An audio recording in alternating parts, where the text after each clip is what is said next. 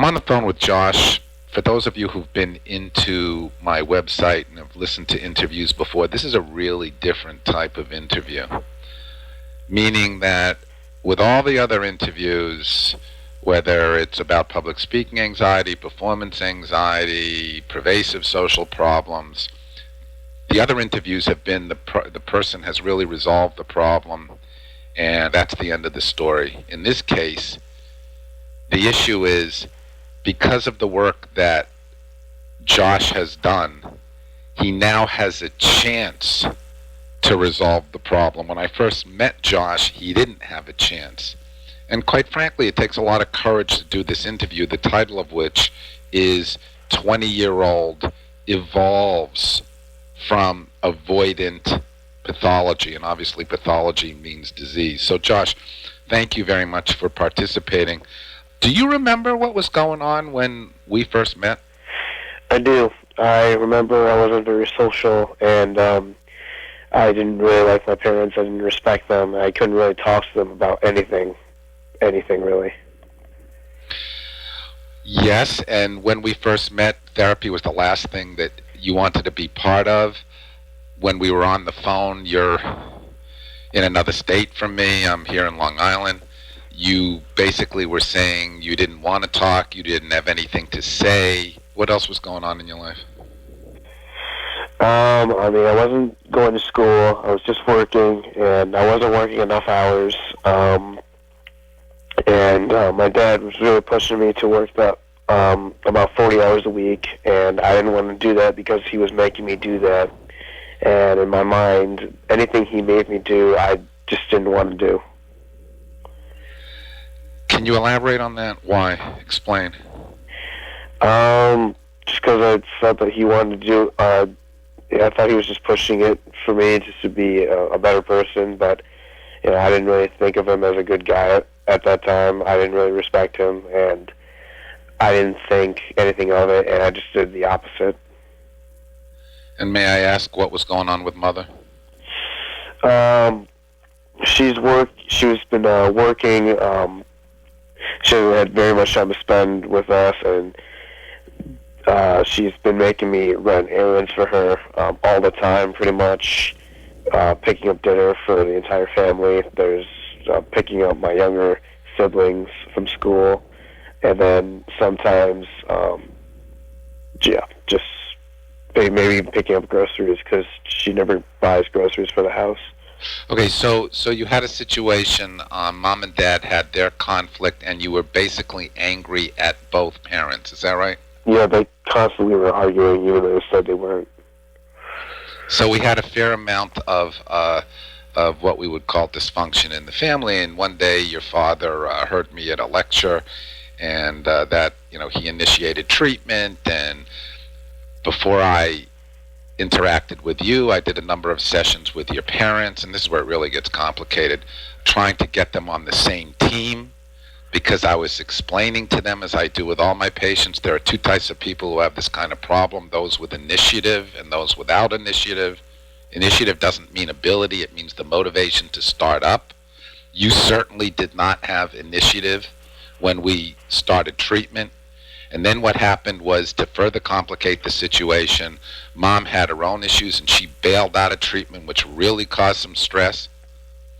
And it took a while before you would even talk to me. Okay, so let's go back. You're angry at your father, you're angry at your mother, you're working, Dad wants you to be more responsible.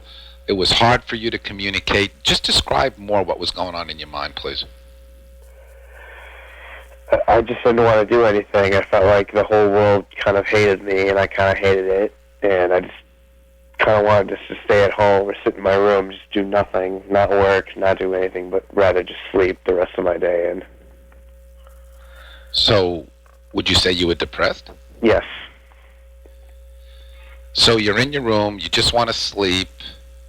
You're doing what? Playing computer games? What were you doing? Either playing games, watching TV, or just on my computer. Okay, so when you were doing this and when you didn't want any part of help, And the last thing you wanted to do was to comply to what your parents wanted. What was going on in your mind? Where'd you think you were going? I don't know. I don't know where I was going at that point. Okay, but try to listen. I understand this is hard what we're doing right now, and there are a lot of parents of people your age who are totally helpless and do not know what to do at all because they don't understand what's going on in their adult child's mind. Okay, so you're having a hard time functioning. You just want to sleep. You want to escape. Try, and I know I'm busting your chops here. What else were you thinking? Um, that it was just hopeless, really.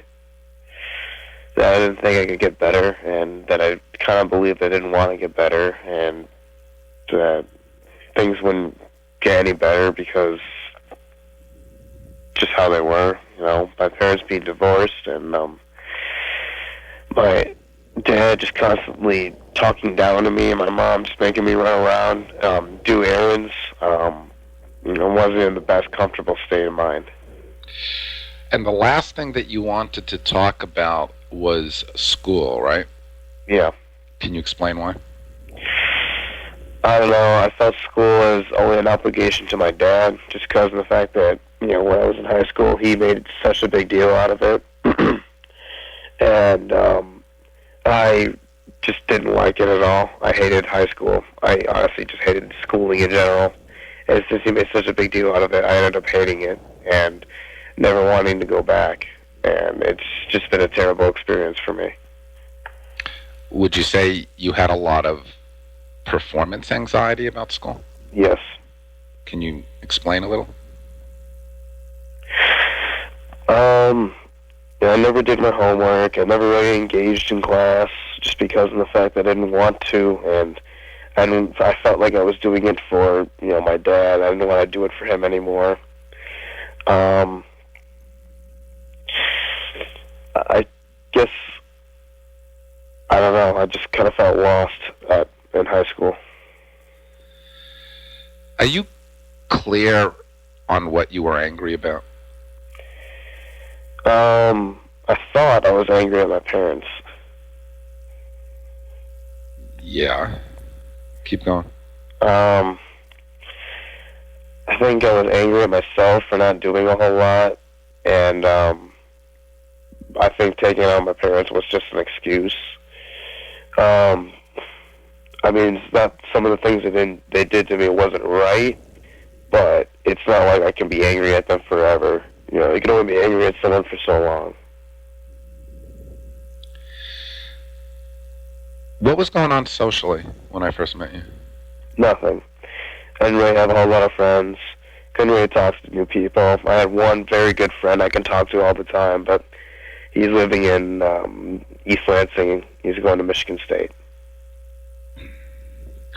Okay, then what happened? I forget exactly when it was, but we haven't had a therapy session now in about 4 or 5 months. But there was a time that there was a turnaround. You went from being, and again, I appreciate your courage for doing this. It's very special what you're doing. But you went from totally non-compliant, totally non-cooperative, angry, staying in your bed, not being reasonable, not wanting to talk, and then there was a change. You became really reasonable. Here's where I really want the listeners to hear what you have to say. Can you please explain what went on so that you could transition? Really, I guess it was just how life was going for me. When I started working I started working 2 jobs, and both those jobs picked up in hours. I got promoted in one of them, so I got higher pay, and made me feel better about myself, and people were making me feel good, like I was actually worth something to them. So I was a little happier. I made some new friends, which helped me get out of my social awkwardness, and from there I became a little happier, and then they kind of helped me with my parents, and I kind of understood because we were doing these therapy sessions, and and I guess things got better. Okay, talk about, that's very important what you just said.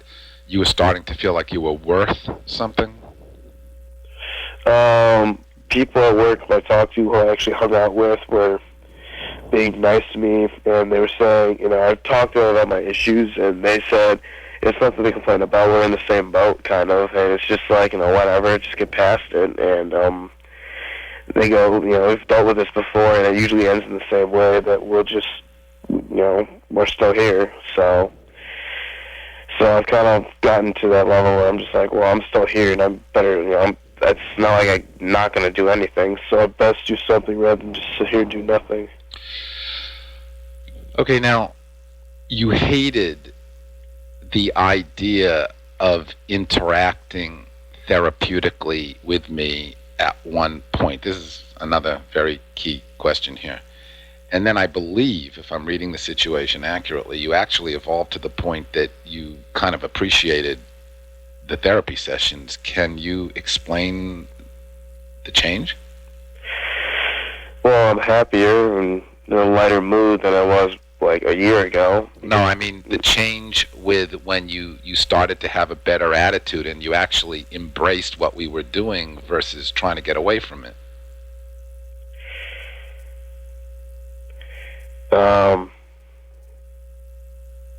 I think you were saying once, if I remember correctly, you were in your room and you were thinking one day and you kind of had some kind of an aha moment.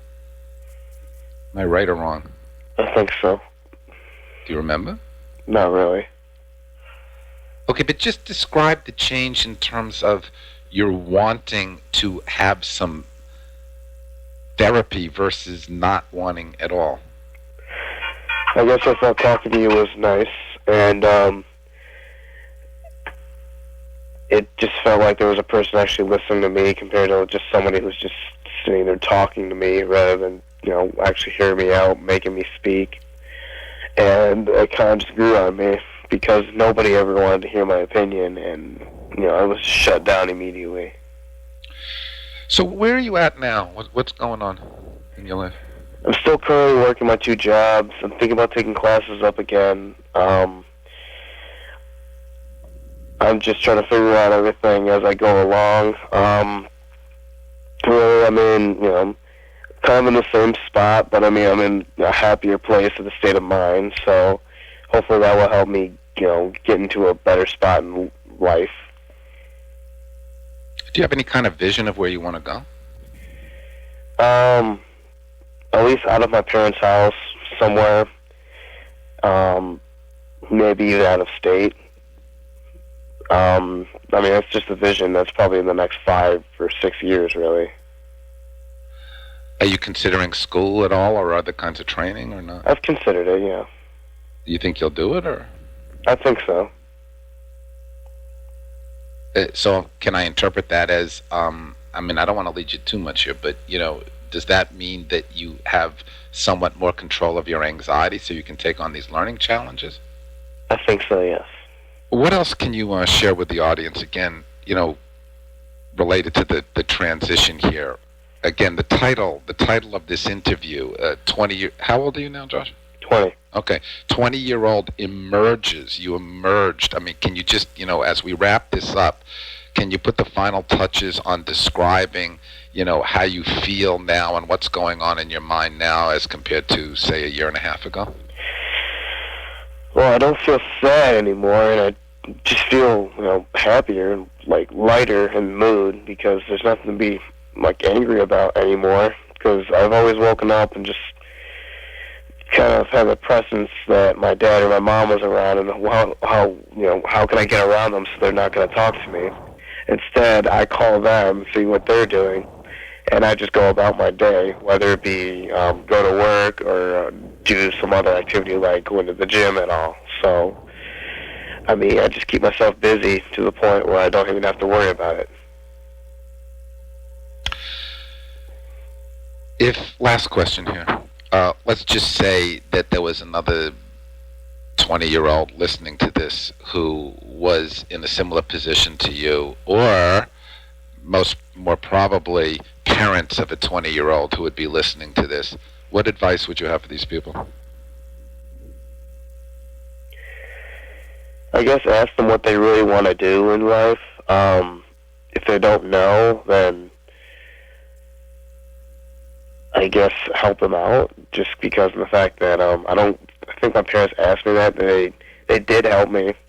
I don't know if it took a very direct approach about it, but I mean, I think a direct approach would be necessary, just because of the fact that they need to feel happy about themselves, and maybe doing some things would make them happier, like working or just doing anything really. All right, the last point that I would like to make here again, thank you very much. It takes a lot of courage. And I know you're not totally where you want to be, but at this point you have a chance.